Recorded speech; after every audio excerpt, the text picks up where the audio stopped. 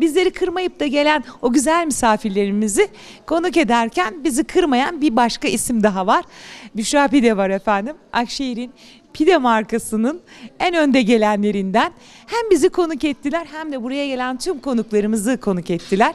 Güzel lezzetleriyle, ayrıca da şölenlerimiz için çok güzel destekleri var.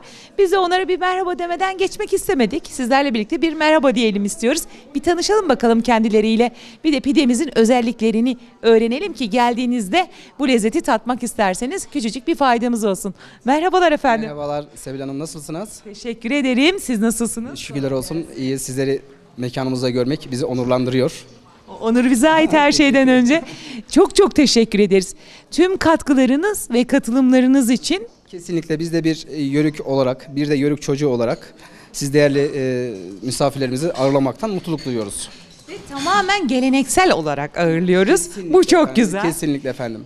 Şimdi Konya bölgesine geldiğinde ve Akşehir'e eğer ne yiyeceğim diye sorarsan en özel lezzetlerden bir tanesi pidemiz. Akşehir'in etli ekmeği. Etli ekmeğimiz. Etli ekmeği. Evet. Türkiye'de birçok yerde etli ekmeği bulabilir izleyicilerimiz, Evet, ama biz iddialıyız. Yani bu tadı, bu inceliği başka yerde bulacağınızı zannetmiyorum. Evet, etli ekmeği en güzel üreten yerlerden, yapabilen ve ikram eden yerlerden bir tanesi Akşehir ve sizsiniz. Ama başka bir özelliğiniz daha var. Onu hatırlattılar hemen sevgili yapımcımız kamera arkasından. Etli ekmeğin ustası Savaş Köyü'nden, eski adıyla Bermende Köyü'nden çıkar. Tabii. Biz ustaları da üretiyoruz yani.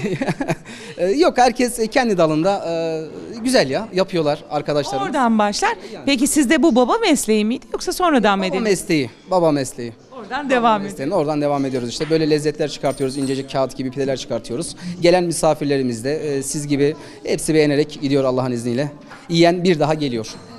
Şimdi küçücük bir tanıtım yapalım. Akşehir'e geldiğinde izleyicilerimiz pide dedik, etli ekmek dedik, bizim etli ekmeğimiz dedik ama bunun çeşitleri var. Onu da bir bahsedelim mi? Etli ekmek, bıçak arası, Mevlana pide, kaşarlı pide, saç kavurma, kuzu tandır kebabı.